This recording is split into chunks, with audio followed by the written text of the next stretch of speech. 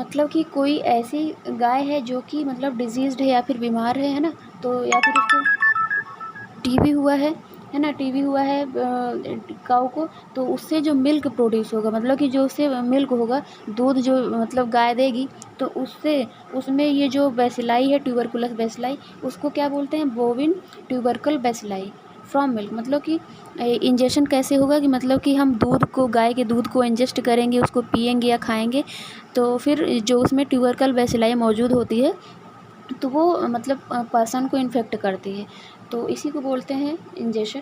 फिर उसके बाद inoculation of organism into the skin from infected postmortem tissue. मतलब कि जैसे कि इनोकुलेशन ऑफ ऑर्गेनिज्म, मतलब कि जैसे कोई डेड पर्सन है ना, ठीक है, डेड पर्सन है, उसको मतलब कि टीबी हुई है या फिर ट्यूबरकुलोसिस उसको हुआ है, तो उसके जो टिश्यू वगैरह होते हैं ना, टिश्यू वगैरह होते हैं, तो उससे भी ट्यूबरकल बैसिलाई जो होते बाहर निकलते हैं, या फिर उसमें जो ट्यूबरकल बैसिलाई मौजूद होते हैं, वो मतलब कि अदर पर्सन को अफेक्ट कर सकते हैं या फिर नुकसान पहुंचा सकते हैं। फिर उसके बाद है transplacental transmission of the organism from infected mother result in congenital tuberculosis in foetus. मतलब कि जो ऐसा ट्रांसमिशन, मतलब ऐसा ट्रांसमिशन जो कि प्लासेंटा के थ्रू होता है, जो कि मदर से बच्चे को इन्फेक्ट करता है या फिर मतलब मदर से फीटस को इन्फेक्ट करता है, तो इसको बोलते हैं ट्रांसप्लासेंटल ट्रांसमिशन। इसमें जब बच्चा मतलब कि इफ़ेक्ट करता है, तो बच्चा जब पैदा होता है, तो पैदा होते ही उसमें ट्यूबरकुलोसिस हुआ रहता है, और उस केस को हम क्या बोलते हैं, कंजेनाइटल ट्यूबरकुलोसिस, ठीक है। द डिजीज़ में स्प्रेड बाय फॉलोइंग रूट्स। मतलब कि जो डिजीज़ है कैसे कैसे स्प्रेड हो सकती है, इसमें है लोकल स्प्रेड में by macrophage that carry tubercle bacilli into surrounding tissue. मतलब कि ये जो लोकल स्प्रेड होता है, ये मैक्रोफेज या फिर WBC के थ्रू होता है, जो कि कैरी करता है, ले जाता है मतलब ट्यूबरकल बैसिलाई को। मतलब कि ट्यूबरकल बैसिलाई जो होता है, मैक्रोफेज जो होता है, ट्यूबरकल बैसिलाई को कहाँ ले जाता है, सराउंडिंग टिश्यू, मतलब कि जो टिश्यू होती है वहाँ उसके आसपास में। फिर नेक्स्ट है lymphatic spreads, it is an infection of lymphoid tissue. मतलब कि लिम्फाइड स्प्रेड मतलब कि इन्फेक्शन जो है या फिर जो ट्यूबरकल बैसिलाई वो किसके थ्रू एंटर करता है, लिम्फ नोड में एंटर करता है ना, में पास into lymphoid follicles of pharynx. मतलब कि वो फेरिंग्स में होता है, और ब्रोंकी होता है, लंग्स का पार्ट होता है ना, और इंटेस्टाइन लिम्फ नोड्स में। उसके बाद हम देखते हैं हेमाटोजीनस स्प्रेड, इसमें है अकर ट्यूबरकल बैसिलाई इन ब्लड। मतलब कि जो ट्यूबरकल बैसिलाई है वो ब्लड में पाई जाती है, तो उसको बोलते हैं हेमाटोजीनस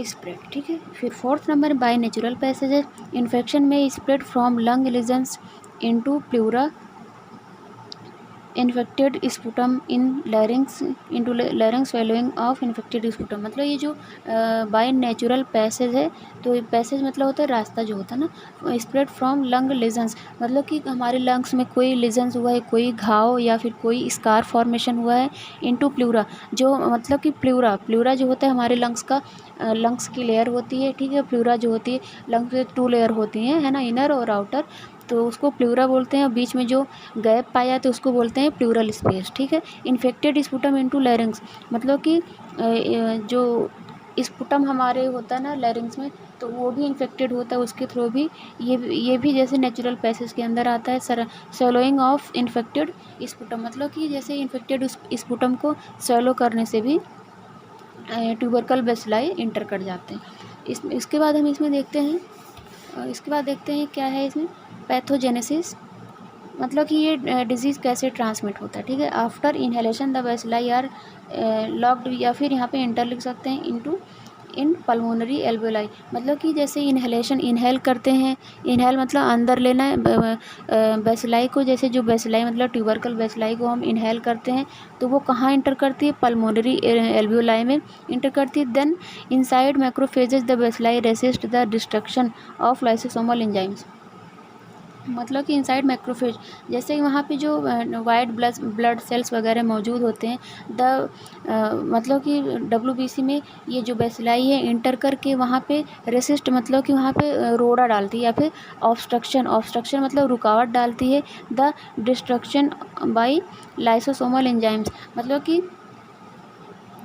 जैसे लाइसोसोम का क्या काम होता है, मतलब कि जैसे जो इन्फेक्टेड या फिर जो नुकसान पहुंचाने वाले सेल्स होते हैं उसको मतलब डिस्ट्रॉय करना होता है ना, तो ये जो लाइसोसोम होता है अपना काम ठीक से नहीं कर पाता है। मान लो अगर हमारे जो बेसिलाई होता है वो हमारे टिश्यू में एंटर कर जाएगा, दे रेसिस्ट मतलब ऑब्स्ट्रक्शन प्रोड्यूस करता है किसके लिए, लाइसोसोम को, मतलब कि जो लाइसोसोम का मेन फंक्शन होता है उसको वो रोक देता है। ठीक है, these phagocytes with ingested bacilli में एक्ट एज व्हीकल।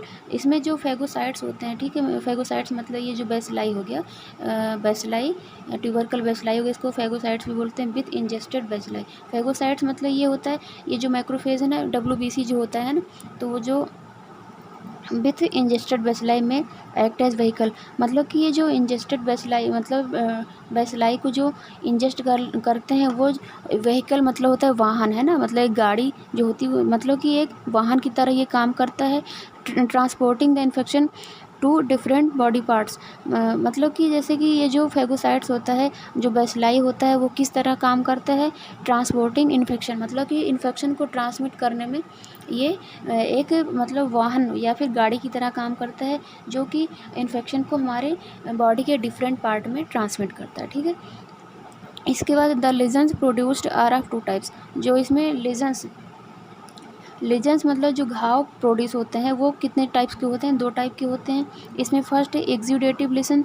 इसमें it is an inflammatory reaction characterised by outpouring of fibrinoid inflammatory exudative fluid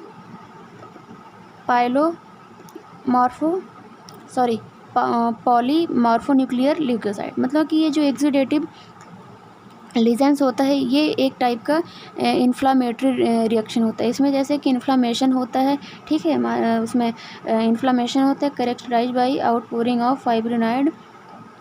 जैसे कि इसकी वजह से मतलब नॉर्मल लैंग्वेज में समझते हैं कि ये जो होता है characterise by fibrinoid inflammatory exudative, मतलब कि ये जो होती है एक टाइप में रिएक्शन होता है इन्फ्लामेटरी, तो ये एक टाइप में वहाँ की आसपास की सेल को डेथ कर देता है या फिर वहाँ की सेल को ख़त्म करने लगता है पाइलो। ठीक है, उसके बाद the exudative lesions found in lungs and serous cavities. मतलब जो एक्सुडेटिव लीजन जैसे जो लंग्स में एक्सुडेटिव लीजन्स पाए जाते हैं, है ना, एक्सुडेटिव लीजन्स कहाँ कहाँ पाए जाते हैं, हमारे लंग्स में पाए जाते हैं एंड सीरस कैविटीज़ में। सीरस कैविटी मतलब कि ये जैसे कि लंग्स में ही पाया जाता है, मतलब कि उसके बाद है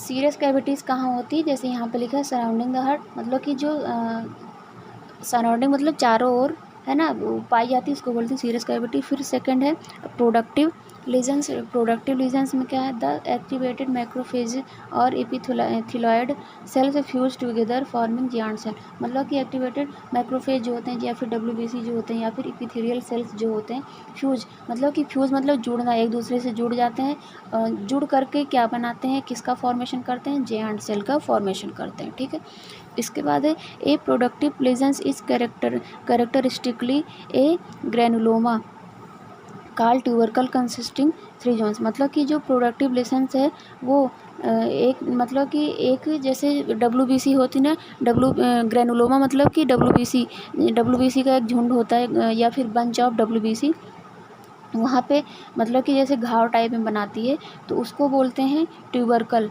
कंसिस्टिंग ऑफ 3 जोन्स। मतलब कि ये देखो एग्जाम इसमें डायग्राम दिखा देते हैं, ये इसी के बारे में बता रहे हैं कि इसमें 3 जोन होते हैं। ठीक है, अब इसमें आगे पढ़ते हैं।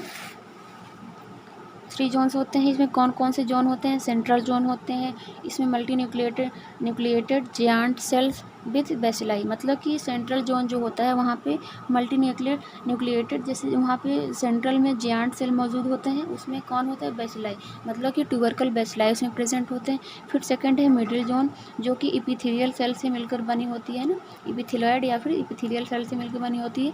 और थर्ड है पेरिफेरल जोन, जो होती है लिम्फोसाइट से मिलकर बनी होती है, ठीक है। जो पेरिफेरल मतलब आउटर लेयर जो होती है वो पेरिफेरल, वो लिम्फोसाइट से मिलकर बनी हुई होती है।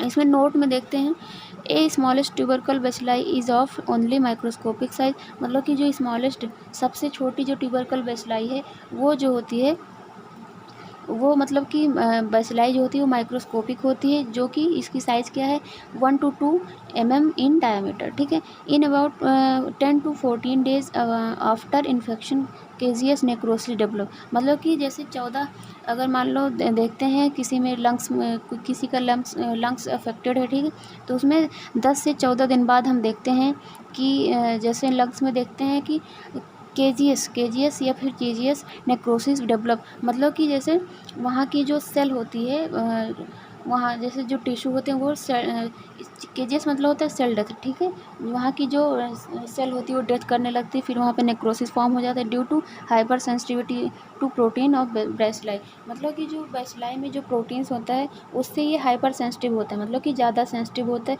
उसी की वजह से वहाँ पे सेल डेथ का फॉर्मेशन होने लगता है, ठीक है।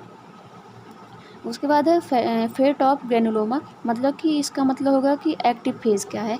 ये द चीजियस मटेरियल में undergo liquefaction extend into surrounding soft tissue discharging the contents of the surface, मतलब कि जो केजीएस मटेरियल में अंडरगो लिक्विफैक्शन, मतलब कि जो वहाँ पे सेल डेथ हुई रहती है तो वहाँ पे जैसे पानी जैसा है, लिक्विफैक्शन मतलब लिक्विड लाइक स्टेट, या फिर वहाँ पे पानी जैसा लीजन्स होने लगता है, ठीक है। Extend into surrounding soft tissue, जो कि मतलब कि सॉफ्ट टिश्यू से ढका होता है, ठीक है।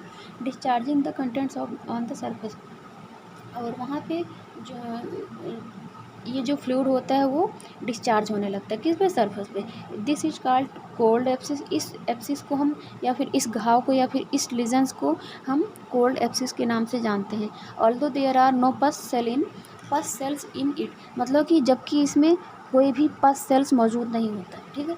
In tuberculosis of tissue like bones joint lymph nodes epididymis, मतलब कि ये जो ट्यूबरकुलोसिस होता है कहाँ कहाँ हो सकता है, जो कि लंग्स में बोन्स में हो सकता है, जॉइंट्स में हो सकता है, लिम्फ नोड में, और एपिडिडाइमिस, मतलब कि एपिडिडाइमिस का यहाँ पे मतलब क्या है, ये जो होता है एक मेल जेनाइटल पार्ट होता है ना, तो वहाँ जो टेस्टिस होता है मेल का, तो टेस्टिस के पीछे वहाँ पे एक जैसे पाउच लाइक स्ट्रक्चर होता है, वहाँ पे स्पर्म का कलेक्शन होता है, जैसे सिंपल लैंग्वेज में समझते हैं कि जहाँ पे स्पर्म का कलेक्शन होता है उसको बोलते हैं एपिडिडाइमिस, ठीक है।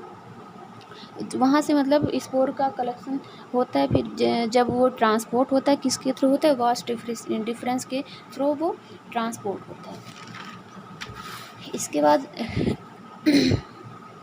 In the granuloma enclosed by fibrosis tissue, जो कि वहाँ पे ग्रेनुलोमा मतलब होता है जो वहाँ पे लीजन फॉर्म हुआ है वो इनक्लोज होता है, मतलब कि इनक्लोज मतलब ढका हुआ होता है फाइब्रस टिश्यू से, है ना। Calcium salt and sometime lesions में even get ossified over the year, मतलब कि जैसे वो फाइब्रस टिश्यू से ढका हुआ होता है, और या फिर कैल्शियम साल्ट से ढका हुआ होता है, एंड समटाइम मतलब कुछ समय पे ऐसे भी देखा गया लीजन्स में इवन गेट ऑसिफाइड, मतलब कि जो लीजन्स है वो ऑसिफाइड हो जाता है, या फिर मतलब उसका जो स्ट्रक्चर है वो रिजिड हो जाता है, या फिर मतलब टफ हो जाता है, टफ मतलब कि कठोर हो जाता है, ठीक है। ओवर द ईयर मतलब कई साल भर मान लो ये डिसीज़ है ठीक नहीं हो रही है, तो उस पर मतलब ऑसिफाइड हो जाता है, रिजिड हो जाता है, साल्टी फॉर्मेशन हो जाता है, ठीक है। उसके बाद टाइप्स ऑफ ट्यूबरकुलोसिस हम नेक्स्ट लेक्चर में पढ़ेंगे। Thank you.